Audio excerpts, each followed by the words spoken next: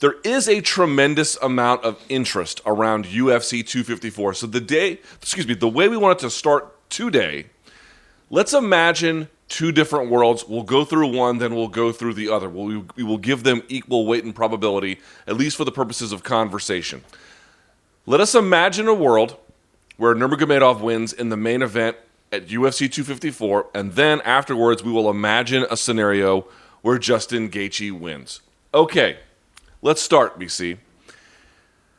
If Nurmagomedov gets his hand raised, and we're talking about a world where it's not controversial, maybe it's a stoppage, maybe it's not, but right guy won kind of scenario. First, let's talk about what this would do for Khabib and his legacy. One thing that often gets overlooked, and the reason why people might be skeptical of Dana is, you're right, he's sort of the boy who cried wolf about their own success to a degree. But Nurmagomedov is a global superstar. He is much more popular than you might imagine. He doesn't go out there and flamboyantly show it, but it's very true. If he gets to 29-0, peak of his powers, I think he would find a new peak in terms of his visibility and celebrity. What would that do for him as a fighter to be remembered? Like, how much can he level up with just this one win? It would be massive from this sense. The intrigue of this fight, and the reason why Danny gets real excited during fight weeks, right? He did it for Cowboy Conor earlier this year and sort of says, this might be the biggest since 229, Khabib Conor, is because he sees the early metrics of the preview, the countdown show, the embedded, all that. And the reason why there's major intrigue in here, and I think this is a correct statement, is this might be the most danger, the most threat to Khabib Nurmagomedov's incredible unbeaten run inside the octagon that we have seen. Justin Gaethje could not be coming in any hotter, as he told us. Whoa, I'm breaking shit here. As he told us in our great interview on Morning Kombat here, he inflicts damage like no one else. So there's the idea, Luke, that this one could be even harder since he's become champion, certainly, and maybe even before that in the UFC, than any fight he has had. If Khabib wins this, and if we are still on track to what he's saying, and even this week he said 30-0 would be a really nice round number to walk away on, we may only get Khabib Nurmagomedov inside that octagon one more time after Saturday night. Should he defeat Gaethje, who I'm talking myself into believing has a legit chance. Again, might be the toughest out he has faced given the timing and everything that's going on in his style. Luke, this could be the final hurdle to set up that retirement bout. This is almost like when Floyd Mayweather signed that deal with Showtime in 2013 for 6 big fights. And we did the math and we're like, he's going to get to that mythical Rocky Marciano 48-0 at the end of it.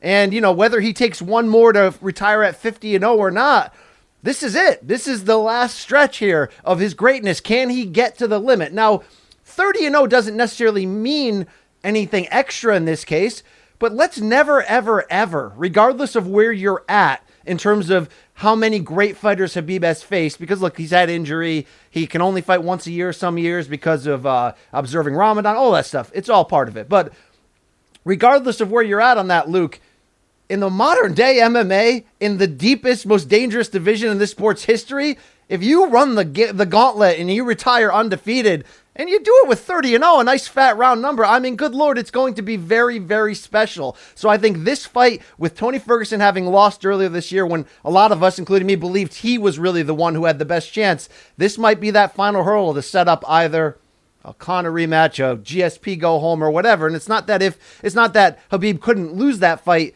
but you can't get to that fight unless you get through this one, Luke. So if Khabib wins on Saturday, I think what we talk about from now until that potential final fight in April is the idea of what would this unbeaten record mean for the short history of MMA, and how great is this guy who might be willing to walk away at the peak of his powers in the midst of his physical prime as, an argument in the greatest of all time rankings. I mean, this could be a big deal, Luke. Yeah, I mean, there's a few ways to slice this, right? It's like you couldn't count the whole career because part of it took place in the regional scene, and that's not nothing, but this is the question I would be asking is, where would his unbeaten UFC run land insofar as you count all unbeaten UFC runs?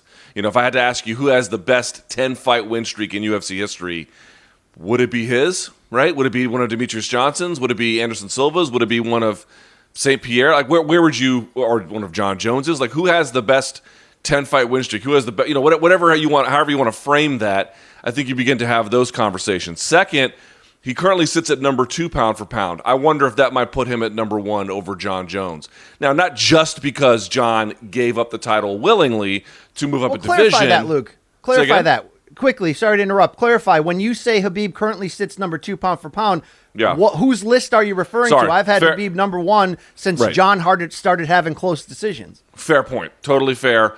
All I mean to say is he's sitting number 2 on the official UFC rankings, which plenty of nits to pick over there, to be quite candid. I just mean, could Khabib get to a point where it's like a no-brainer, where it's just not even very hard to tell? Like when LeBron and the Lakers won the championship, AD performed ably. In fact, more than ably. He performed amazingly, but it wasn't really much of a contest to figure out who was going to win MVP for that series. It was pretty straightforward. That's the kind of thing that I mean, where it's, okay, John has done amazing things and certainly is still in high regard, but look at what Nurmagomedov is doing. I think there's a possibility you might get to that point. And there's also this thing where you're looking ahead and saying, yes, the GSP fight thing. But the one thing I sort of wanted to talk about for just a moment was, how much more popular can he get without a St. Pierre or without a Conor? Do you think he's kind of tapped out a little bit in that regard, BC? Like, yes, he can always get more popular. But what I mean to say is meaningfully more popular. Can he really turn the corner unless he rematches Conor or sets up a St. Pierre fight? As validating and as valuable as it will be to beat Gaethje if he gets to that point, and it will elevate things, I still wonder if he can. No, quite obviously he cannot, right? He must have them to reach that next level, but I don't think it's exactly what he wants either. If he announces that the April fight will be his last one, people love the idea of this romantic 30-0, unbeaten. And again, it matters when no one goes unbeaten for this type of stretch in elite UFC at this point. So that would matter enough. But I think you're right. He would need either of those big names to really get to that next level of global stardom. He's pretty damn famous. I mean, you go in there with Conor McGregor in a blood feud and you break the UFC pay-per-view record, you're going to come out of there with it on your clothes. You're going to rub one. No, actually, it's Let me get out of that, Luke. Let me ask you this, BC. Pre-St. Pierre fight. So we're talking about a world where Nurmagomedov wins on Saturday in some kind of comfortable fashion, yeah? You said you already have him pound for pound, so it wouldn't change that. But now you start putting him in the conversation because for some reason he's not there yet, I guess because he's still active, or I think there is a sense with Nurmagomedov that as good as his record is, there are still some hills to climb. Do you begin to put him on that Mount Rushmore conversation at that point? Yeah, I love this topic and debate, and I get that for some people it's all nerds in their basement having it. Again, I'm a nerd. I'm currently in my basement. If Khabib, beats Justin Gaethje, and if we're gonna, coherently say this could be his toughest challenge to date, he's right there in that upper room, as I like to say, right? That table where John Jones, to me, sits at the head of it, but you got Anderson Silva, GSP, Fedor, Demetrius Johnson. I thought DC had a cup of coffee at that table. We can debate that endlessly. I'm sorry, Jose Aldo and the other greats are right outside that door. Khabib's at the damn table, Luke, okay? So maybe that's the significance here from a unofficial, mythical sort of sense. But all it would really do is set up that final fight. And I think that final fight, especially if he does it against one of those two big names that we mentioned and walks away, like does a Jim Brown, you know what I mean? Just walks away on top in the midst of his prime, does a Michael Jordan in 93, although he came back a few times.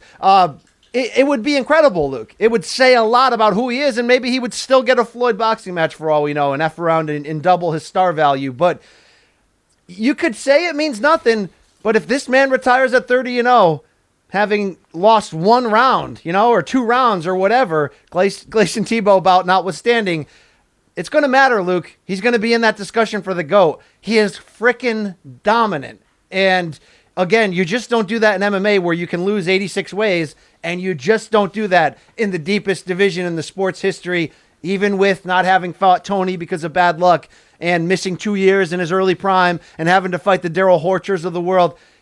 Look at his resume right now. He beat the crap out of Poirier.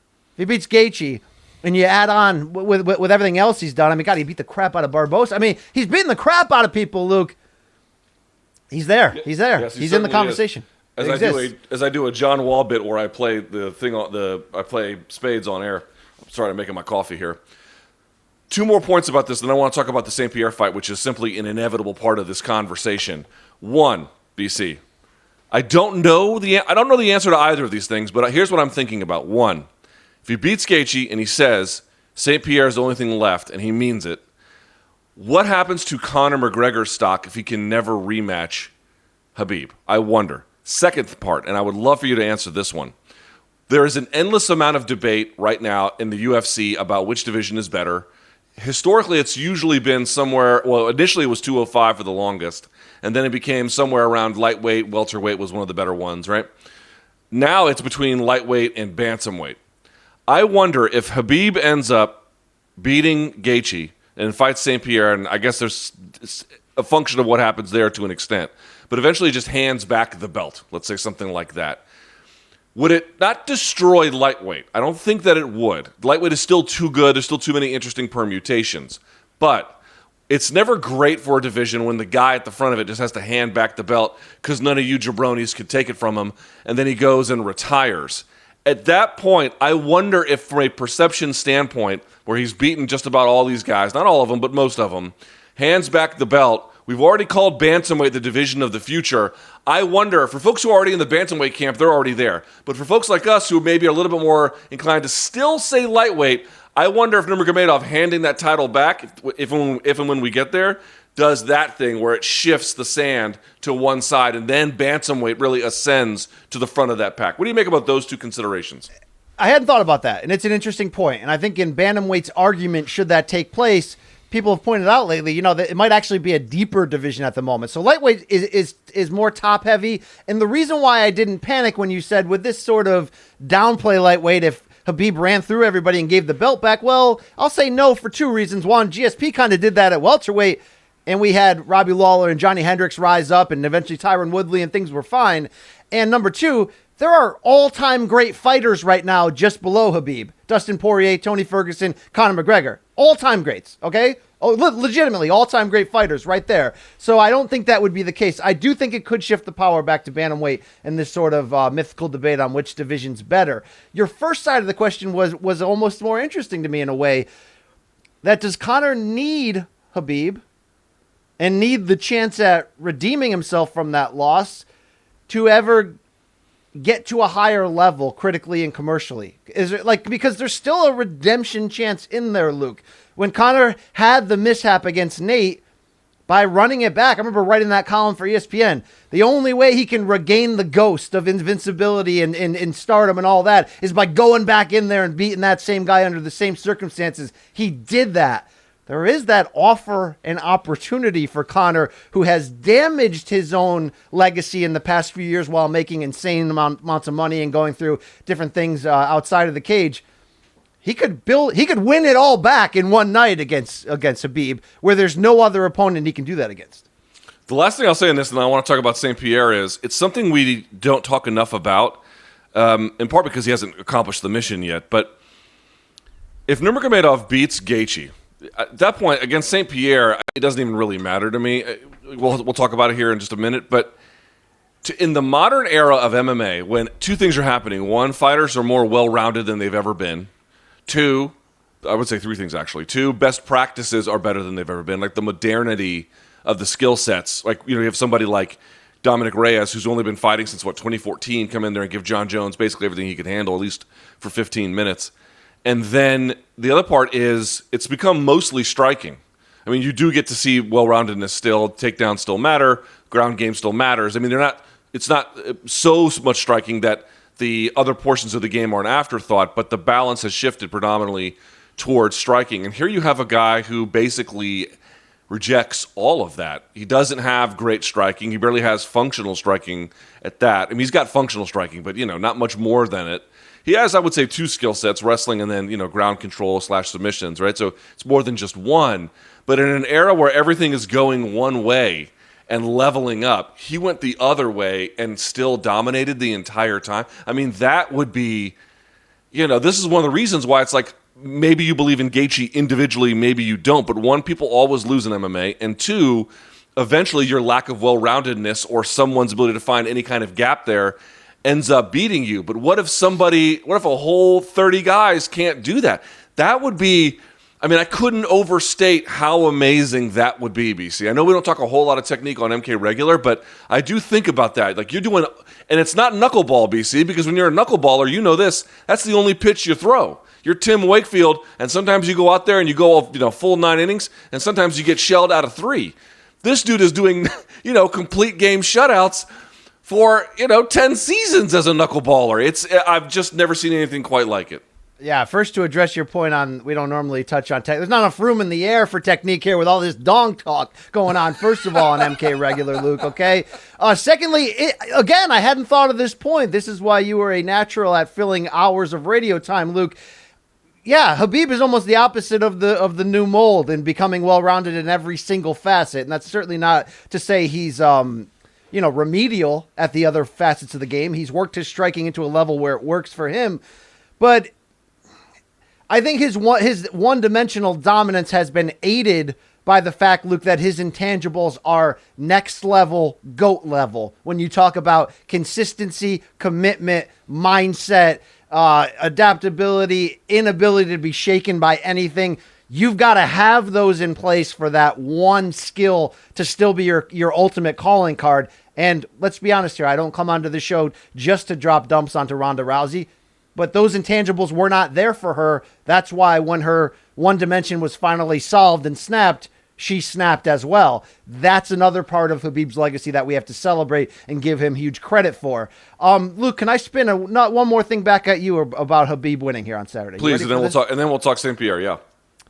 Just to close on the idea of Khabib Conor 2, and I know some people don't want us to talk about that, but Aaron Bronstetter, you know that fine Canadian, right? Love that man. Love that man. He's a peculiar dresser. He goes for it, right? He goes to the racks and the stores. Like, give me your weirdest suit. I can relate to that. I like that guy. He interviewed on TSN, I believe, Khabib, and said, look, you did say you would fight Conor if he beat Poirier. So what gives, Broham? And to Khabib's credit, he said, I did say that, so here's the deal. If Conor fights Poirier at lightweight and beats him, and not some 170 catchweight BS, I will. You respect that? Yeah, I do. I don't tend to think we'll actually see that, but, I respect the adherence and the willingness to stick to your word. I just tend to think that the fight game will get in the way. First of all, Conor's got work to do. I mean, let's just be real about that. Also, we can't bury Justin, so I actually wouldn't mind seeing it if those things happen, if Nurmagomedov gets past Justin and if Conor gets past Dustin in January or whatever. I wouldn't mind seeing it, but let's cross that bridge when we get there. All right, so let's talk about this. No, hold on. This has to be said. You saw me looking down at my phone. We have No Jay Wednesdays on MK, right? Can you believe the nerve of Jay asking us questions about the future of this show during the show right now? Can you believe I didn't see my phone. Did he really? Yeah, right. Can you believe? Can you understand? Shout out to Gaff in our ear today, by the way. Yeah. Oh Jesus. Not having that. Seriously, does he want? Right? Okay. All right. St. Pierre. Very quickly, how big is that fight? Okay, it's huge, but honestly, it's not as big as Conor for many different reasons. Luke, I think in Dana's heart of hearts, he would do GSP. In fact, maybe he will do GSP. But only if Conor loses against Poirier, bro. I'm telling you that right now. It not only makes sense in dollars, it makes a lot of sense, Luke, right? So, hey, Lukey, can I give you a theory now, or should I save this for Friday? Is it the one about boxing? If so, save it for Friday. Save that one for Friday. Save that for Friday. You know what? I will give you credit. That is a gem of a theory. Don't spoil it for today. Okay, so GSP's huge, Luke, but Luke, I want to get your take on whether if it happens at a catchweight or welterweight, it is not as big because it would lose the hook of GSP going for first man to hold titles in 3 different weight divisions. It could gain, according to Javier Mendez, the idea that the winner would be the GOAT. You can debate that all you want, but does it have to be at lightweight in your eyes for it to mean as much? No, it doesn't, in part because to the extent that St. Pierre goes down too much, you can begin to question not the integrity of the result, but what you really learned in the whole process. I mean, it goes back to Mayweather and Canelo. I just didn't think that was a great weight for Canelo. Now, to be clear, I think Mayweather was probably better at that time anyway, but I do feel like the extra weight that Canelo had to cut was just a little bit of insurance for Floyd along the way. And credit to Floyd, like that was the deal he worked out. Canelo agreed to it, so it is what it is. I just mean to say, under a different circumstance, how different would the result have been? It's still something that I think not just me, but a lot of people who watched that fight who were there or think about boxing, they go back to that one a lot. Like, what would it have been for Canelo to be a different weight? So it's like at 165, we know Khabib is a big lightweight. It's hard for him to get down to 155. He can do it. He's found a way, but still historically, the pattern of having some issues down there is very, very real. St. Pierre, I think, talked about all the difficulty in putting on weight to go to 185. Certainly, I'm not a nutritionist or exercise scientist, but I wonder how much manipulation can his body really tolerate in terms of that. So, 165 doesn't appear to be a bridge too far from the 170 where he spent most of his career. I like 165 for that reason. Plus, if Khabib loses the title to St. Pierre and then St. Pierre immediately hands it back again, I just don't feel like that's just the best way to go about things. And also, if you're telling me this is for greatest of all time, yes, you lose the person to win across 3 weight classes. That is true. And perhaps that is enough of a signifier to get St. Pierre to want to make these sacrifices in terms of his size. But at the same time, it's really just about the skill set. I mean, listen, I don't like the St. Pierre fight because, 2 fights over the course of 8 years for me is not enough to really think that this is going to be all that meaningful. However, the one thing I cannot dispute, there's just no way to dispute it, is at least in theory, BC, St. Pierre would really be the first high-level guy he's faced that was a serious takedown threat. I mean, you think about all the people that Nurmagomedov has defeated, some of them were good wrestlers but really couldn't get it going or just didn't try. Or, he was going to fight Tony, but the Tony fought Justin, and even then just Imanari rolled against Justin. I don't think that was a thing. In other words, everyone you think about when they fight Nurmagomedov is can they knock him out because they're better strikers, and can they defend the takedown? Right, but what about if the roles are reversed? Now, to the extent we have seen Nurmagomedov defend takedowns in the UFC, which has happened on occasion, he does it quite ably. He's actually pretty good. Gleason Tebow got him down. Some other ones made some good efforts, but not for very long, not in very meaningful impact. So St. Pierre provides, at least in theory, BC, that kind of a test. So you don't really need the title to tell you whether or not that is meaningful. And also, this is the whole thing about weight cutting, BC. You know this. There is a natural tension between how much do we want to do to solve weight cutting by undercutting our business. Because if you really want to solve weight cutting, you just add a bunch more weight classes and make it a lot easier on folks. But that's not necessarily great for business, which is why I think Dana is reluctant, because he has nice, neat organization. He doesn't want to add super lightweight or junior welterweight to the mix. Luke, I would counter that real quickly and say the reason why we have so many of that in boxing is because it actually is good for business. The more fights you put on TV that are title fights, the more in theory you get ratings. Then why does everyone complain about title fights in boxing?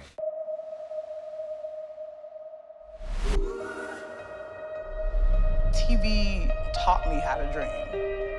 It was a life jacket.